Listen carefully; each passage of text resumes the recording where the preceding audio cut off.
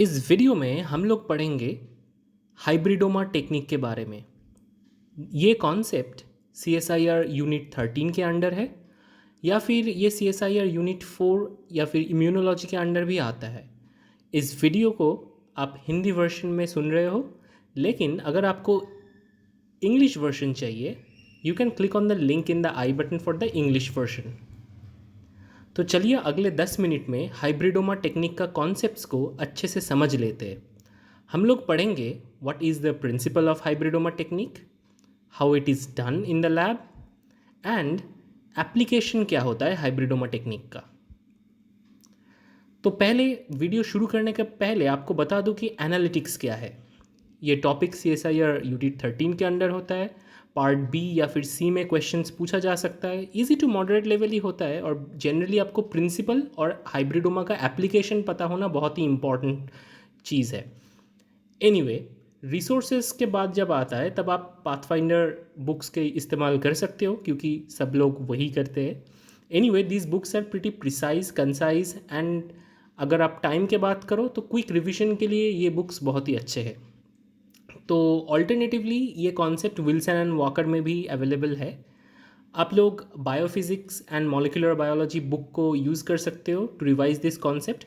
Alternatively जहाँ पे immunology discuss किया गया है बुक 1 में भी ये कॉन्सेप्ट दिया गया है। एनीवे, अगर आपको डिटेल में ये पढ़ना है तो कुबी इम्यूनोलॉजी को फॉलो कर सकते हो। कुबी इम्यूनोलॉजी 7th एडिशन का PDF तो मिल ही जाएगा। सारे बुक्स के अमेजॉन लिंक मैंने डिस्क्रिप्शन में दे रखा है। तो हाइब्रिडोमा टेक्नोलॉजी के बारे में चलिए बातें शुरू करते हैं। हाइब्रिडोमा टेक्नोलॉजी एक ऐसी टेक्नोलॉजी है जिससे क्या बनाया जा सकता है, मोनोक्लोनल एंटीबॉडी। तो मोनोक्लोनल एंटीबॉडी क्या होता है वो भी एक इम्पॉर्टेंट क्वेश्चन है, राइट? और बहुत लोगों को ये पता नहीं रहता है या फिर कन्फ्यूजन रहता है। Monoclonal antibodies are type of antibodies that that can recognise single epitope. मतलब अगर ये पूरा एक प्रोटीन है और हर एक कलर्ड बीड्स मानो कि एक एक एपिटोप है या फिर एक स्पेसिफिक सिग्नेचर है, तो मोनोक्लोनल एंटीबॉडी एक ही सिंगल एपिटोप टाइप को डिटरमाइन करेगा और इसको बोलते हैं हम लोग monoclonal antibody. So it is very specific to one particular epitope. और पॉलीक्लोनल एंटीबॉडी एक ही प्रोटीन में डिफरेंट डिफरेंट एपिटोप को रिकग्नाइज कर सकता है।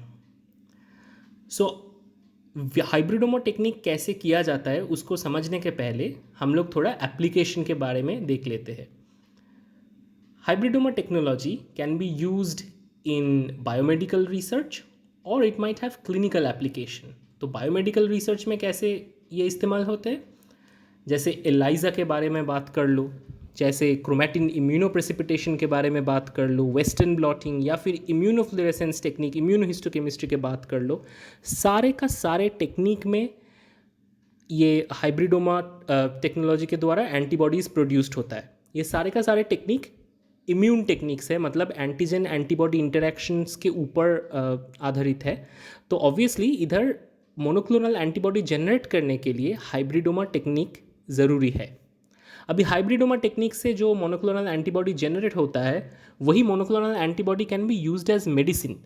मेनी मोनोक्लोनल एंटीबॉडीज़ जैसे कि ब्रांड नेम आपको मिल जाएगा, ट्रस्टुजुमैब, रिटुक्सिमैब, ओमेलुजिमैब, ये सारे monoclonal antibody different different medicine के तौर पे भी यूज़ किया जा सकता है। तो इसका क्लिनिकल और बायोमेडिकल दोनों ही एप्लीकेशन है। तो चलिए देखते हैं कि मोनोक्लोनल एंटीबॉडी कैसे जनरेट किया जाता है हाइब्रिडोमा टेक्निक के द्वारा। तो हाइब्रिडोमा टेक्निक को समझते हैं। हाइब्रिडोमा टेक्निक स्टार्ट होता है एक माउस, एक रैबिट या फिर कोई भी एक ऑर्गेनिज्म को इम्यूनाइज करना पड़ेगा। तो जनरली माउस या फिर रैबिट ही लिया जाता है।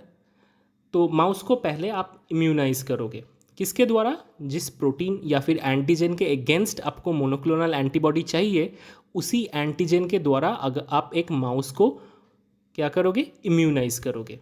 तो ऑब्वियसली इस इंजेक्शन के द्वारा you are putting some antigens.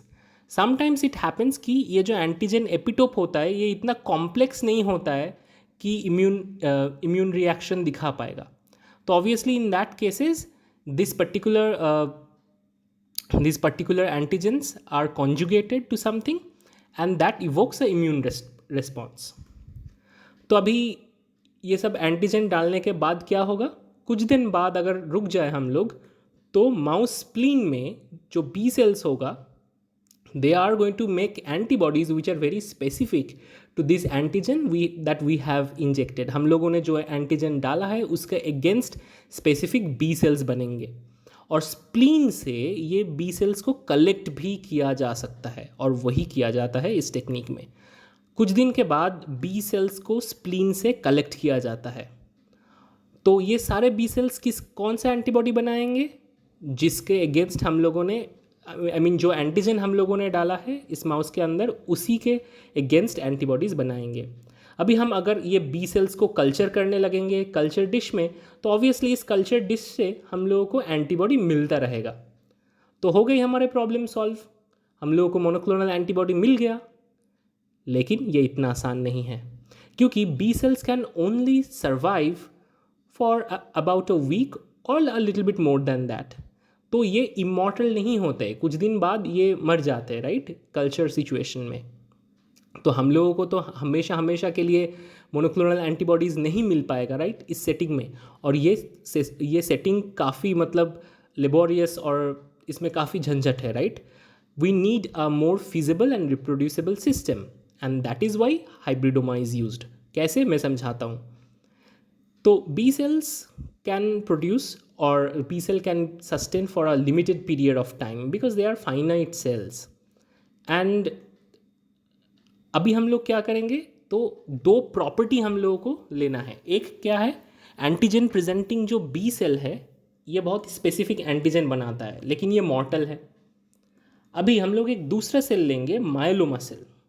ये भी एक कैंसरस बी सेल टाइप है। तो ये मायलोमा सेल जो है ये इमॉर्टल होते हैं, लेकिन ये एंटीबॉडी नहीं प्रोड्यूस करता है, right. Myeloma cells does not produce antibody but they are immortal. तो दोनों का एक एक कैरेक्टरिस्टिक, एक का इमॉर्टलिटी कैरेक्टरिस्टिक और दूसरे का एंटीबॉडी प्रोड्यूस करने का कैरेक्टरिस्टिक्स को अगर हम लोगों ने कंबाइन कर दिया तो वही हाइब्रिड सेल को हाइब्रिडोमा कहलाते हैं। तो ये हाइब्रिडोमा जो फ्यूज्ड सेल प्रोड्यूस होता है, ये कैसे होता है थोड़ा अच्छे से देख लेते हैं। तो जनरली आप पहले बी सेल्स डाल देते हो, उसके बाद माइलोमा सेल्स डाल देते हो, उसके बाद एक पॉलीइथिलीन ग्लाइकॉल या फिर कोई भी एक एजेंट डालते हो या फिर शॉक डालते हो ताकि दोनों फ्यूज़ कर जाए। तो काम की बात है कि इसको ऐसे प्रोपागेट करोगे तो ये फर्स्ट ऑफ ऑल इमॉर्टल है, तो लाइफ लॉन्ग इसको प्रोपागेट किया जा सकता है, और इसमें एंटीबॉडी बनाने का भी क्षमता है, तो ये एंटीबॉडी भी बना सकता है। तो हो गई हमारा प्रॉब्लम सॉल्व। लेकिन ये रिएक्शन इतना भी आसान नहीं है। अगर हम ध्यान से सोचेंगे तो ये डिश में काफ़ी डिफरेंट टाइप ऑफ सेल्स होंगे। जैसे एक तो होंगे एंटीजन स्पेसिफिक बी सेल जो कि अनफ्यूज्ड होगा। अभी मायलोमा सेल्स भी हो सकता है जो कि अनफ्यूज्ड हो सकता है। फ्यूज्ड बी सेल्स मतलब होमोजीनियस फ्यूजन भी हो सकता है, एक बी सेल दूसरे बी सेल के साथ जुड़ गया, एक मायलोमा सेल दूसरे मायलोमा सेल के साथ जुड़ गया, और ये सब के बाद भी हम लोगों को मिल सकता है hybridoma cell. So hybridoma cell is kind of like a subset that we are getting in this whole dish. तो हम लोगों को हाइब्रिडोमा सेल को ही सिलेक्ट करना है और बाकी जो सेल टाइप है उसको एलिमिनेट करना है। तो वो कैसे किया जाता है और उसी को समझना बहुत इंपॉर्टेंट है एग्जाम पॉइंट ऑफ व्यू से। सो हम लोगों को किसको we need to get rid of all other combinations except the hybridoma cells. वो कैसे किया जा सकता है, एक सिलेक्टिव मीडिया यूज़ किया जा सकता है जिसको बोलते हैं हैट मीडिया। तो हैट क्या होता है, HAT media stands for hypoxanthine aminopterin thymidine. बहुत ही कॉम्प्लिकेटेड नाम है, लेकिन मैं आसानी से आपको बोलता हूँ कैसे इसको समझना है। एनीवे, ये सारे मीडिया एक पर्टिकुलर सेल टाइप को सर्वाइव करने में मदद करता है। कैसे, उसके पहले अगर मैं आपको एक सिंपल चीज़ बताता हूँ। कोई भी सेल जो कि प्रोलिफरेट कर रहा है या डिवाइड कर रहा है, डिवाइड करने के लिए उसको क्या करना पड़ता है, अपना डीएनए को रेप्लिकेशन करना पड़ता है, राइट। डीएनए डुप्लीकेशन इंपॉर्टेंट है सेल डिवीजन के द्वारा। सो सेल डिवीजन के द्वारा ना जब सेल डुप्लीकेट होता है तब बहुत ज़्यादा न्यूक्लियोटाइड का ज़रूरत होता है, राइट। तो nucleotide biosynthesis is a important process during cell division. अभी ये जो न्यूक्लियोटाइड बायोसिंथेसिस होता है दो पाथवे के द्वारा हो सकता है। एक होता है डीनोवो पाथवे, दूसरा होता है सैल्वेज पाथवे। डीनोवो पाथवे में क्या होता है, ribose, amino acids, ATP, CO2 ये सब इंग्रेडिएंट लेके अल्टीमेटली न्यूक्लियोटाइड बनते हैं। लेकिन हम लोगों ने जो मीडिया यूज़ किया है उसको बोलते हैं हैट मीडिया, जिसमें एमिनोप्टेरिन है। तो एमिनोप्टेरिन इसी पाथवे का एक इम्पॉर्टेंट एंजाइम को ब्लॉक कर देता है। इन सिंपल वर्ड्स, डीनोवो पाथवे ही पूरा ब्लॉक हो जाता है एमिनोप्टेरिन कंटेनिंग मीडिया यूज़ करने के टाइम। अब एमिनोप्टेरिन जब डीनोवो पाथवे को ब्लॉक कर देता है, दूसरा पाथवे जो हमारे हाथ में बचता है वो है सैल्वेज पाथवे। तो अभी सेल को डिवाइड करना अगर होगा तो इसको सैल्वेज पाथवे में ही क्या करना है, एक्टिवेटेड राइबोज एंड बेसेस से बनाना होगा न्यूक्लियोटाइड। अगर ये न्यूक्लियोटाइड नहीं बना पाए तो ये सेल तो गया, मर जाएगा ये सेल। तो ऑब्वियसली सैल्वेज पाथवे का चालू होना बहुत ही इंपॉर्टेंट है। तो ये सैल्वेज पाथवे के लिए कुछ कुछ चीज़ें चाहिए, जैसे hypoxanthine, thymidine and another enzyme known as AGPRT। अब हाइपोक्सैंथीन तो आप ऐसे मीडिया में ही सप्लाई करते हो, और AGPRT is an enzyme that is present in specific cell type. तो AGPRT positive cells simple state में सैल्वेज पाथवे को चालू कर सकता है, और AGPRT नेगेटिव सेल्स क्या करेगा, सैल्वेज पाथवे नहीं कर पाएगा, तो दोनों का दोनों pathway of nucleotide biosynthesis would be abrogated, तो वो AGPRT नेगेटिव सेल मर ही जाएगा। तो अब भी अगर हम डिफरेंट सेल कॉम्बिनेशंस के बारे में सोचेंगे जो कि हाइब्रिडोमा में होता है, तब देखते हैं क्या होता है। अभी हमारा जो माइलोमा सेल है, it's a well known AGPRT negative cell. तो माइलोमा सेल और फ्यूज माइलोमा सेल दोनों का दोनों ही AGPRT नेगेटिव है, तो ये तो मर जाएगा, राइट। इसके बाद हमारे पास क्या क्या पड़ा रहा, hybridoma cells, antigen specific B cells which are fused और may be unfused B cells.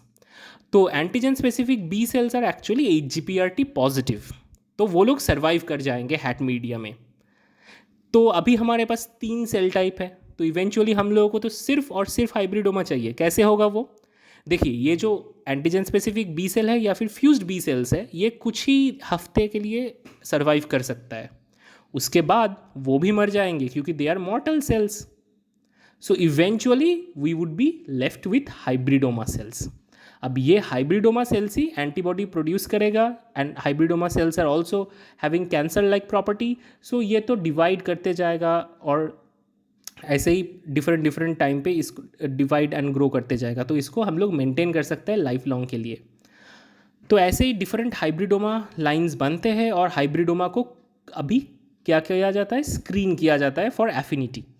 तो मानो कि एक पर्टिकुलर कॉलोनी लिया, उसको एक पर्टिकुलर प्लेट में डाला गया, तो ऐसे जो सेल्स डिफरेंट ऐसे हाइब्रिडोमा का कॉलोनीज होता है, उसको उसका क्लोन्स को लेके ऐसे पर्टिकुलर 24 वेल्स या फिर 96 वेल प्लेट में दिया जाता है, और हर एक वेल को क्या किया जाता है, इलाइजा के द्वारा टेस्टिंग किया जाता है फॉर द एफिनिटी।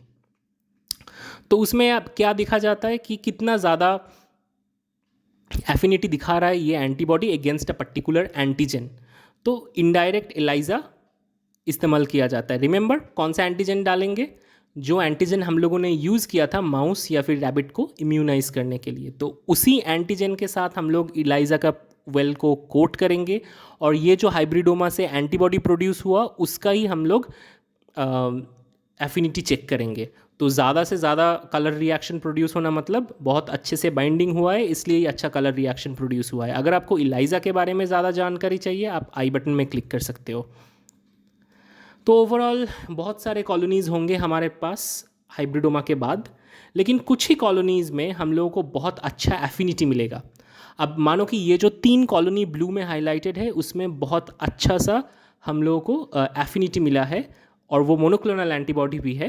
तो अभी वो उसका क्या किया जाएगा, उसको अलग से बड़े कल्चर सिस्टम में उसको प्रोपागेट किया जाएगा, उसको एक्सपैंड किया जाएगा, और ऐसे ही वही हाइब्रिडोमा को सस्टेन किया जाएगा फॉर लॉन्ग टाइम।